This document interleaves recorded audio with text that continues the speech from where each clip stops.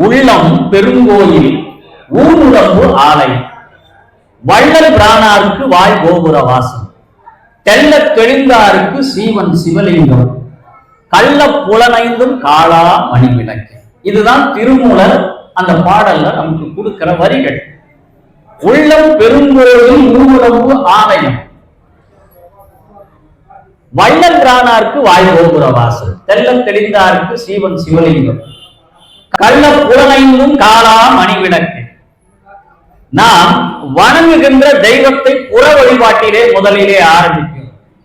தாய் நமக்கு யாரை அடையாளம் காட்டுகிறாய்? இப்பொழுது இந்த பகுதியிலே இருப்பவர்களுக்கு தாயாக இருக்கக்கூடிய காளியம்மனுடைய ஆலயத்துக்கு கொண்டு வந்து குழந்தைக்கு நம்மை மீறிய ஒரு கடவுள், நம்மை மீறிய ஒரு தெய்வம் எது என்றால் இந்த காளியம்மன் என்று ஒரு அடையாளம் காட்டி தாயானவள் கொண்டு வந்து சேர்க்கிறார். இப்போ வணங்குறாங்க, குழந்தை படிப்படியாக வளர்கிறது. இந்த பிறவி எடுத்ததனுடைய நோக்கம் என்ன? புற வழிபாட்டிலே இந்த பிறவியை நாம் முடித்துக் கொள்வதா, அக வழிபாட்டுக்குள்ளே கொண்டு வந்து இறைவனை காண்பதா? ரெண்டு வழிபாடுங்க, ஒன்று புற வழிபாடு, ஒன்று அக வழிபாடு. புற வழிபாடு என்பது கோயில்களுக்கு சென்று பூசைகள் மூலமாக நாம் இறைவனை வணங்குவது. அக வழிபாடு என்பது சித்தர்கள் கண்டுபிடித்த வழிபாட்டு முறை. எந்த சித்தர்களும் எந்த கோயிலுக்கும் சென்று வழிபடுவது இல்லை. காரணம், தங்கள் உடலுக்குள்ளே அவர்கள் சிவத்தை காண்கிறார்கள், அகத்திற்குள்ளே இறைவனை வழிபாடு செய்கிறார்கள். இந்த அக வழிபாடு என்பது மேம்பட்ட வழிபாடு. சாமானிய மனிதர்கள் வணங்குவது புற வழிபாடு, சித்தர்கள் வழிபாட்டு முறை என்பது அக வழிபாடு. அவர்களுக்கு எதுவும் தேவையில்லை. உள்ளுக்குள்ளே இருக்கக்கூடிய மூலாதாரத்திலே இருக்கக்கூடிய இறைவனை மந்திரங்கள் மூலமாக, நமச்சிவாய மந்திரம், சிவாய நம என்கிற மந்திரம், உங்களுக்கு என்ன மந்திரம் பிடித்தாலும் சரி, அது நமோ நாராயண மந்திரமாக இருந்தாலும் சரி, சரவண பவ என்கிற சொல்கிற மந்திரமாக இருந்தாலும், உனக்கு எந்த மந்திரம் பிடிக்கிறதோ அந்த மந்திரத்தின் மூலமாகவே நாம் இறைவனை அடையலாம் என்பது அக வழிபாட்டு முறை. உள்ளம் பெருங்கோயிலாக மாறணும். அதுக்கு எங்க அடிப்படையான விஷயம் இருக்கு? அதற்கு இன்னொரு பாடல் திருமந்திரத்துல கொடுக்கிறார். இந்த முதல் வரிக்கு விடையாக இன்னொரு பாடல்ல சொல்றார். படமாட கோயில் பகவர்க்கு ஒன்று ஈயில், நடமாட கோயில் நம்பர்க்கு அங்கு ஆதார். நடமாடும் கோயில் நம்பர்க்கு ஒன்று ஈயில், படமாடும் கோயில் பகவர்க்கு அது ஆமை. நடமாடும் கோயில் என்பது நாம், இந்த மனிதர்கள் அனைவருமே நடமாடும் கோயில். ஏன்னா இறைவன் அவர்களுடைய உடலுக்குள்ளே இதயத்திற்குள் கோயில் கொண்டு இருக்கிறார். நமக்குதான் அது தெரியாது. அதனாலதான் இறைவன் என்ன பண்ணா, உடல்ல கண் 2 கொடுத்தான், நாசி 2 துவாரங்கள் கொடுத்தான், காது 2 கொடுத்தான். ஆனா இதயத்தை மட்டும் ஏன் 1 கொடுத்தான்? 2 இதயமா வச்சிருக்கலாம்ல. கல்லீரல் இருக்கு, கிட்னி கூட 2 இருக்கு. ஒன்று பழுதடைந்து விட்டால் கூட இன்னொரு கிட்னில வேலை செய்யும். ஏன் இதயத்தை மட்டும் ஒன்றாக வைத்தான்னா, இறைவன் என்பவன் ஒருவன், அவன் இருக்கும் இடம் என்பது நம்முடைய இதயம். அதனால்தான் அதுக்கு இதய கோயில் என்று பெயர். அதிலே ஒலிக்கக்கூடிய அந்த ஓசை, லப் டப் என்ற ஓசை என்பது சிவனுடைய நடனம். இந்த பிரபஞ்சத்தை இயக்குவதற்கு எப்படி சிதம்பரத்திலே சிவபெருமான் ஆனந்த கூத்தனாக காட்சி அளிக்கிறானோ, அப்படி ஒவ்வொரு மனிதனுக்குள்ளும் இதயத்திலே இறைவன் அந்த ஓசை மூலமாக நடனத்தை அரங்கேற்றி கொண்டிருக்கிறான். அந்த நடனம் நின்று போச்சுன்னு வச்சுங்க, மாரடைப்பு ஏற்பட்டு ஒரு மனிதன் இறந்து விடுகிறான் என்று இன்னைக்கு பெரும்பாலான மரணங்கள் என்பது எங்க இருக்கு? திடீர்னு இரவு அவருக்கு மாரடைப்பு ஏற்பட்டு மரணம் அடைந்து விட்டார் என்பது பெரும்பான்மையான செய்தி. என்ன காரணம்? 2 இதயத்தை இறைவன் வச்சிருந்தா ஒரு இதயம் நின்று போயிருந்தா கூட இன்னொரு இதயம் இயங்கி கொண்டிருக்கும். ஆனால் இறைவன் இந்த மனிதர்களுடைய உயிரை கவர்ந்து செல்லணும், எளிதாக கவர்ந்து செல்லணும்னா ஒன்றே ஒன்று, அவன் இதயத்தை நிறுத்திவிட்டால் போதும், அவனை கவர்ந்து கொண்டு போய் சென்று விடலாம். மற்ற உறுப்புகளாக இருந்தால் அது மருத்துவரிடம் சென்று அவன் சரி செய்து கொள்வான். இதயத்தை அவ்வளவு எளிதிலே சரி செய்ய முடியாது. அவ்வளவு சூக்குமமான உறுப்பை இறைவன் நமக்கு கொடுத்திருக்கிறான். இந்த உயிர் என்பது அனாதி காலத்திலிருந்து இருக்கிறது. சித்தாந்தத்தின்படி உயிர் என்பது இறைவன் என்று இருந்தானோ அன்றிலிருந்து இருக்கிறது. இந்த உடல் என்பதுதான் இறைவன் நமக்கு கொடுத்தது. அதிலே எந்த பாரபட்சமும் இல்லாமல் ஒரு மனிதனுக்கு கண் எங்கு வைத்திருக்கிறானோ அப்படித்தான் இன்னொரு மனிதனுக்கும் கண்ணை வைத்திருக்கிறான். ஒருவனுக்கு வாய் எங்கு வைத்திருக்கிறானோ அதே இடத்தில் தான் இன்னொரு மனிதனுக்கும் வைத்திருக்கிறான். ஆக இறைவன் என்பவன் கருணை உள்ளவனாக இருந்திருக்கிறான். அந்த கருணையின் அடிப்படையில் தான் எந்த உயிர்களிடமும் அவன் பேதம் இல்லாமல் எல்லோருக்கும் பொதுவானவனாக இறைவன் இருக்கிறான். வடமாட கோயில் பகவருக்கு ஒன்று ஈயில். இப்ப நீங்க கோயிலுக்கு சில பொருள்களை காணிக்கையா கொடுக்குறீங்க, கோயில்ல கொண்டு போய் உண்டியல்ல பணத்தை போடுறீங்க, இன்னும் கோயிலுக்கு என்னென்ன செய்யணுமோ எல்லாம் செய்யறீங்க. இவை அனைத்தும் ஒரு சாமானிய மனிதனுக்கு வந்து சேருமா என்று 3ஆம் நூற்றாண்டிலே இருந்த திருமூலர் கேட்கிறார். வடமாட கோயில் பகவர்க்கு ஒன்று ஈயில், நடமாட கோயில் நம்பருக்கு அங்கு ஆகும். ஒரு சாமானிய மனிதனுக்கு நீ இறைவனுக்கு கொடுக்கக்கூடிய எந்த பொருளும் போய் சேராது. ஆனால் நடமாடும் கோயில் நம்பருக்கு ஒன்று ஈயில், வடமாட கோயில் பகவர்க்கு அது ஆமே. ஒரு ஏழை வந்து பசி என்று நிற்கிறான், ஒரு கவளம் சோறை கொடுத்தீர்களேயானால் அது நீங்கள் இறைவனுக்கு கொடுத்ததற்கு சமம். ஒரு குழந்தை படிக்க வசதி இல்லாமல் இருக்கிறது, அந்த குழந்தையை நீங்கள் படிக்க வைத்தால் இவை அனைத்தும் நீங்கள் திருக்கோயில் திருப்பணி செய்வதற்கு சமம். நீங்க ஒரு கோயில போயிட்டு ஒரு கோயில் குடமுழுக்கு விழா நடத்த வேண்டிய அவசியம் இல்லை. பசியோடு இருக்கின்ற ஒரு உயிருக்கு உணவிட்டால் அது கோயில் குடமுழுக்கு சமம். இதை யார் சொல்றார்? திருமூலர் சொல்றார். 3ஆம் நூற்றாண்டு காலத்திலே இவ்வளவு தெளிந்த சிந்தனையோடு இந்த மனிதர்களுக்கு தெரியணும்னு அவர் நமக்கு சொல்றார். நடமாடும் கோயில் நம்பருக்கு ஒன்று ஈயில், வடமாடும் கோயில் பகவருக்கு அது ஆமே. வடமாடும் கோயிலாக இருக்கக்கூடிய இறைவனுக்கு நீ எது கொடுக்கணும்னு நினைக்கிறியோ அவை அனைத்தும் தன்னுடைய சக மனிதர்கள், ஒரு குழுவாக இருக்கலாம், ஒரு மாடாக இருக்கலாம், ஒரு ஆடாக இருக்கலாம், அத்தனை உயிரினங்களும் என்னை போன்ற ஒரு உயிர்.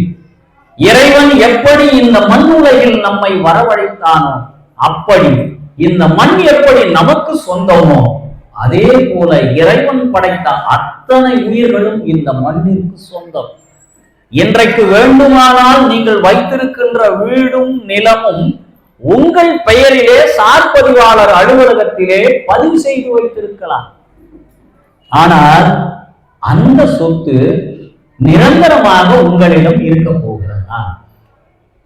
நாளை உங்கள் மகனுக்கு செல்லும், உங்கள் மகனுக்கு பிறகு பேரனுக்கு செல்லும், அடுத்த ஒரு தலைமுறை அந்த சொத்தை முழுவதுமாக விற்று கூட அனுபவித்து விடலாம்.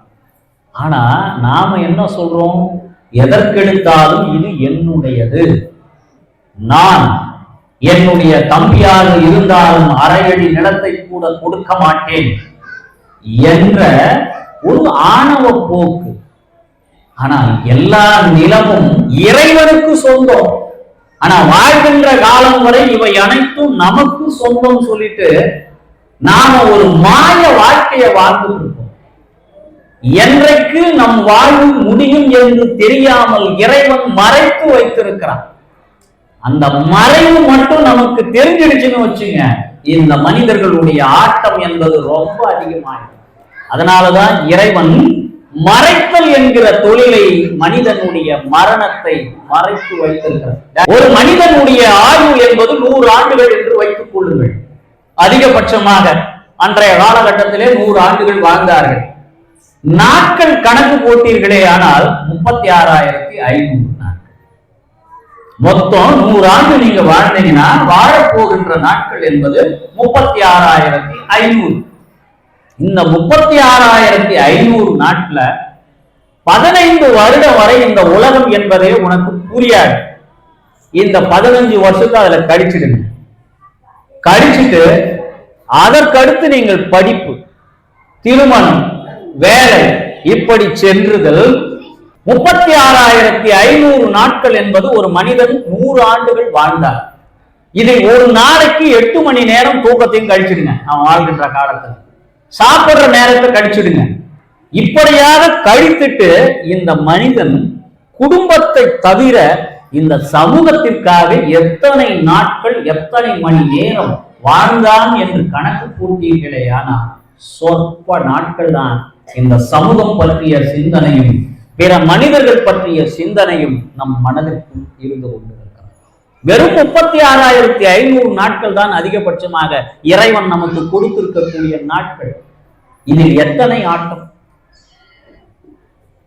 இவன் சொத்தை பிடித்துக் கொள்ளலாமா, அவனுடைய வாழ்க்கையை அழித்து விடலாமா என்ற ஒரு எண்ணம் நம் மனதிற்குள்ளே எவ்வளவு மேலோங்கி இருக்கிறது.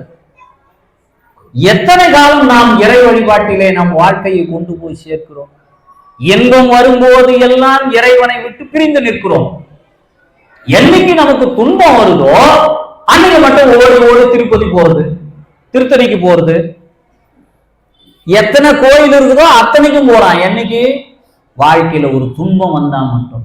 ஏன் இன்பம் வந்தா மட்டும் இறைவனை நீ நினைக்கிறது இல்லை? ஏன்னா உனக்கு இறைவன் தேவையில்லை. உனக்கு தேவையான செல்வமும் வாழ்விலே இருக்கக்கூடிய அத்தனை இன்பங்களும் உனக்கு கிடைக்கின்ற பொழுது நீ இறைவனை நாடுவது இல்லை. எவன் ஒருவன் இன்பம் வருகின்ற பொழுது கூட இறை சிந்தனையோடு இருக்கிறானோ அவனுக்கு இறைவனுடைய தனியான தரிசனம். அதுக்கு ஒரு சின்ன செய்தி சொல்றோம். இறைவன் மீது பக்தி கொண்ட ஒரு பக்தன், அவன் தினந்தோறும் கோயிலுக்கு போய் இறைவனை வழிபடுறான். வழிபட்டவன் இறைவன் கிட்ட ஒரு வரம் கேட்கிறான். இறைவன் அவன் முன்னால் தோன்றி, பக்தனே, தினந்தோறும் என்னை வழிபாடு செய்கிறாய், உனக்கு என்ன வரம் வேணும் கேளு.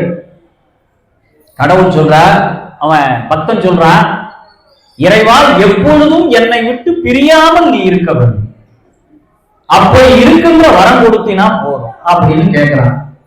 இறைவனும் அப்படியே என்று இறைவன் வரம் கொடுத்தார். அப்படி வரம் கொடுத்தவனுக்கு வாழ்க்கையில மிகுந்த மகிழ்ச்சியும் இன்பகரமான வாழ்க்கையும் நடந்துட்டு இருக்கு. அப்ப அவன் யோசிக்கிறான், இறைவன் நம்மோடு இருக்கிறானா என்று அவனுக்கு ஒரு சந்தேகம். இவன் நடக்கின்ற பாதையில திரும்பி பார்க்கிறான். 4 காலடி தடங்கள் இருக்கிறது. இவனோட 2 கால் தடங்கள், இன்னொன்று இறைவனோடு 2 கால் தடங்கள் இருக்கிறது. ஆக நம்மோடு இறைவன் வந்து கொண்டுதான் இருக்கிறான் என்பதை புரிஞ்சுக்கிறான்.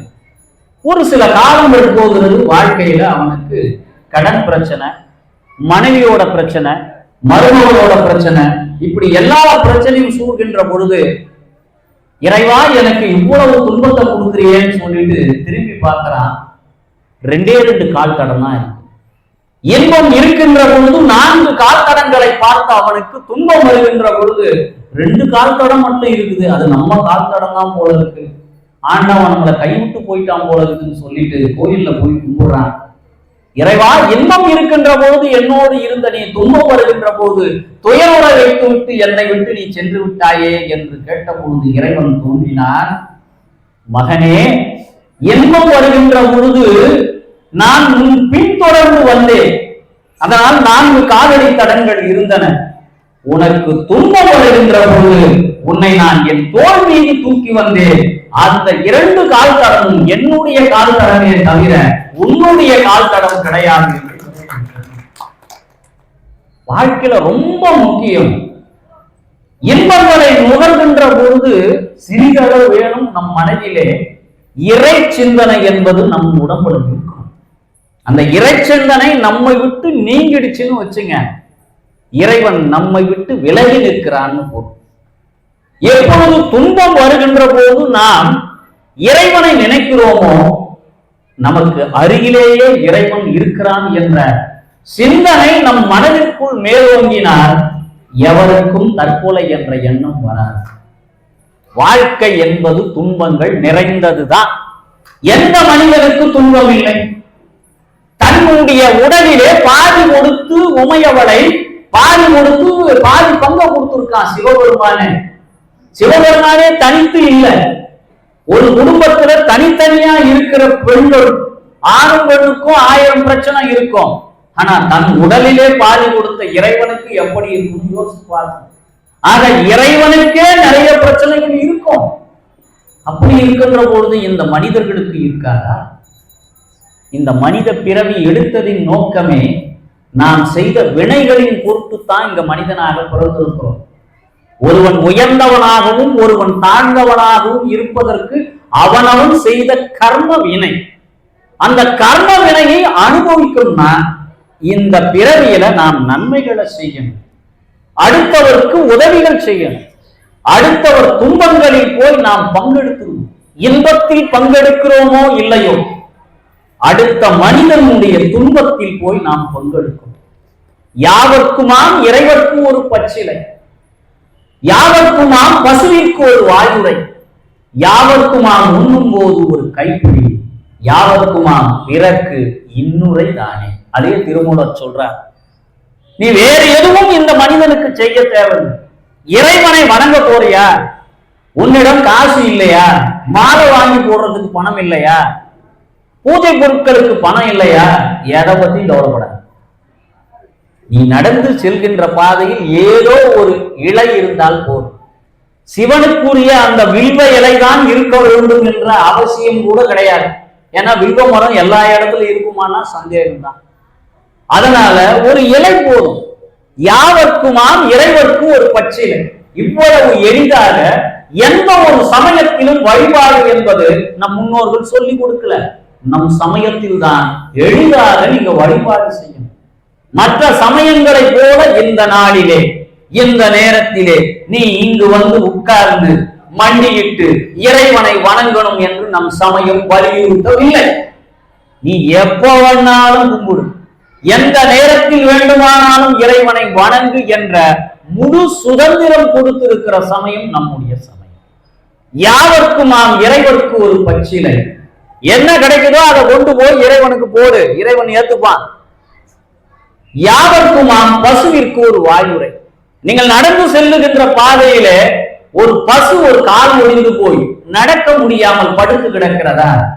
அருகிலே இருக்கக்கூடிய ஒரு புல் கைப்பிடி அளவுக்கு பிடுங்கி நீ அந்த பசுவிற்கு கொடுக்கலாம். அதுக்கு போய் நீ காசு கொடுத்துதான் பொருள் வாங்கி கொடுக்கணும்னு இல்லை. நீ ஒரு எளியவனாக இருந்தால் கூட போதும். யாவர்க்குமாம் உண்ணும் போது ஒரு கைப்பிடி. நீ சாப்பிடணும்னு நினைக்கும் போது ஒரு கைப்பிடி சோறு வறியவனுக்கு கொடுக்கலாம், அல்லது வாசலிலே நிற்கின்ற நாய்க்கு கொடுக்கலாம், இல்லை காகத்திற்கு கொடுக்கலாம். ஒரு உயிரினுடைய பசியை நீ ஆற்றலாம். இது கூட இல்லைங்க, நான் பண்டாரம் பரதேசியா இருக்கிறேன், நான் என்ன பண்ணட்டும்? நீ சொல்ற எதுவுமே என்னால செய்ய முடியாது. ஒன்றும் கவலை இல்லை. ஒருவன் வாழ்க்கையில் தோல்வியுற்று துன்பங்களோடு வருகிறானா, அவனிடம் போ. அவன் வாழ்வதற்குரிய நல்ல வார்த்தைகளை சொல். யாவர்க்குமாம் பிறர்க்கு இன்னுரை தானே. நல்ல வார்த்தைகளை சொல்றதுக்கு வாய் இருக்கு. இறைவன் பேசுறதுக்குரிய வசதி கொடுத்திருக்கிறான்.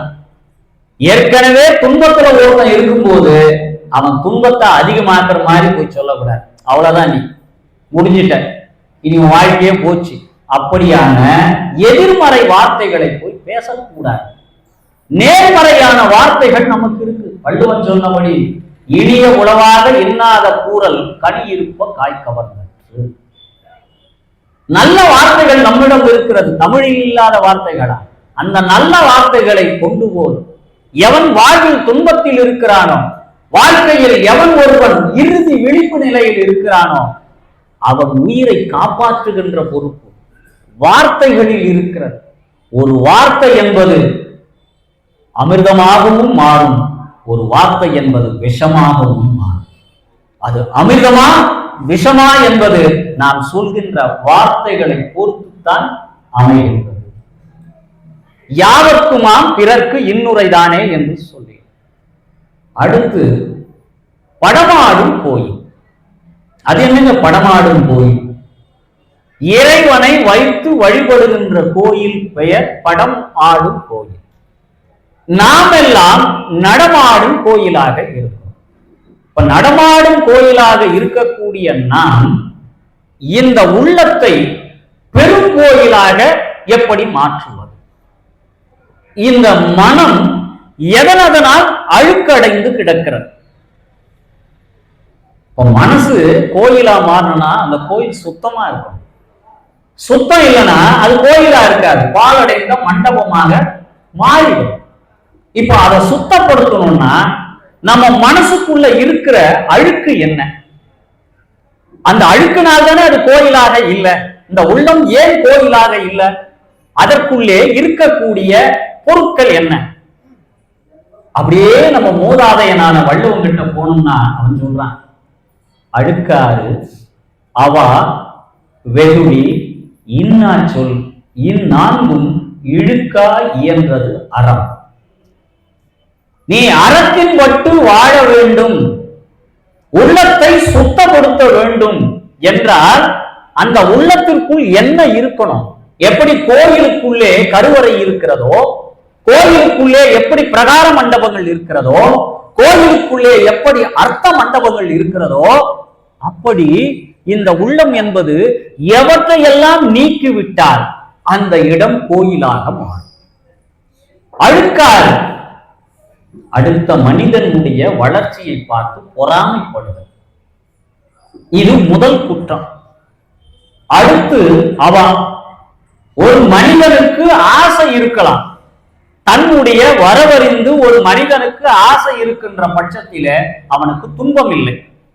வரவறியாமல் எவன் வாழ்கிறானோ, பக்கத்து வீட்டுக்காரன் என்னென்ன பொருள் வாங்கி வச்சிருக்கானோ அதையெல்லாம் நாம வாங்கணும்னு நினைச்சோம்னா நமக்கு துன்பம் வாசலை திறந்து உள்ள வருதுன்னு அர்த்தம். எப்பொழுதும் மனிதனுக்கு பேராசை விளைகின்றதோ அப்பொழுதே அவன் வாழ்விலே துன்பம் வந்து சேர்கிறது. அழுக்காறு அவா வெகுளி, சின்ன சின்ன விஷயங்களுக்கு கூட அடுத்தவங்க மேல கோபப்படுதல். எதற்கெடுத்தாலும் அவரை பார்த்தாலே அந்த ஆள் சிடுமூஞ்சிப்பா, அந்த ஆள் கிட்ட போய் பேசக்கூடாதுப்பா, எதை கேட்டாலும் கொடுக்க மாட்டான்பா அப்படின்னு ஒரு பேர் எடுத்தீங்கன்னா உங்களை சுற்றி உறவு வட்டம் என்பது உங்களை விட்டு விலகிவிடும். இன்னா சொல் அழுக்காறு அவா வெகுளி இன்னா சொல். நல்ல சொற்களையே பேச வேண்டும், தீய சொற்களை விடுக்க வேண்டும். இப்படி நான்கும் தான் ஒரு மனிதனை கோயிலாக மாற்றுவதற்கு வெளியேற்றப்பட வேண்டிய 4 பொருட்கள் இவை என்று வள்ளுவன் நமக்கு அடையாளம் காட்டுறான். ஒரு மனிதன் முழுமையாக அழிந்து போறான்னா ஒன்று மதுமயக்கம், இரண்டாவது காம மயக்கம். மதுவில் அழிந்தவனை விட மாறுவினால் அழிந்தவர்கள் ஏறார். நமக்கு புராணங்கள் சொல்வதே, ராவணன் மிகச்சிறந்த சிவபக்தனாக இருந்த அவன் எல்லா வேதங்களையும் சாத்திரங்களையும் கற்ற அவன் விழுந்து கொண்டு விட்டான். ராமன் ஒரு அவதாரம் என்று அவனுக்கு தெரியும். அவதாரம் என்று தெரிந்தும் அந்த ராமனோடு போர் செய்வதற்கு புறப்படுகிறான். கற்றறிந்தவன் தான், அறிவு மிகுந்தவன் தான். ஆனாலும் அவன் வீழ்ந்துபடுவதற்கு எது காரணமாக அமைந்தது? காமம். பிறன்மனை நயத்தல், இன்னொருத்தருடைய மனைவி மீது பட்ட ஆசை என்பது அவனை அழித்து விட்டது. இப்படி மகாபாரதத்திற்கு வருவோம். துரியோதனன், அவனுக்கு இருந்தது மண்ணாசை. மொத்த நிலப்பகுதியும் எனக்கே வேண்டும், தன்னுடைய பங்காளிகளுடைய சொத்து கூட நம்முடைய ஆளுமைக்கு உட்பட வேண்டும் என்ற எண்ணம் அவனுக்கு மேலோங்கிய காரணத்தினால் திரௌபதியின் மீது வைத்த மையல் இவை அனைத்தும் அவனை அழித்து விட்டது. இதற்குத்தான் நம் முன்னோர்கள் ராமாயணம், மகாபாரதம், கந்த புராணம், திருவிளையாடல் புராணத்தை எல்லாம் நமக்கு கொடுத்ததற்கு காரணம் என்ன? இப்படி நீ வாழ்ந்தால் உன் வாழ்க்கை என்பது மோசமான நிலையை அடைந்து விடும் என்று வாழ்ந்து காட்டியவர்களுடைய வரலாற்றை நமக்கு கொடுத்தார்கள். அவை அனைத்தும் நாம் பின்பற்றுகிறோமா என்றால் கேள்விக்குரியே. காலங்காலமாக நாம் ராமாயணத்தையும் கேட்கிறோம், மகாபாரதத்தையும் கேட்கிறோம், கந்த புராணத்தையும் கேட்கிறோம், எல்லாத்தையும் கேட்கிறோம். ஆனால் அவை அனைத்தையும் நாம் வாழ்வியலுக்கு கொண்டு வருகிறோம் என்றால் கொண்டு வராத காரணம்தான் இன்றைய வாழ்க்கை என்பது நமக்கு துன்பமிக்க வாழ்க்கையாக இருக்கிறது.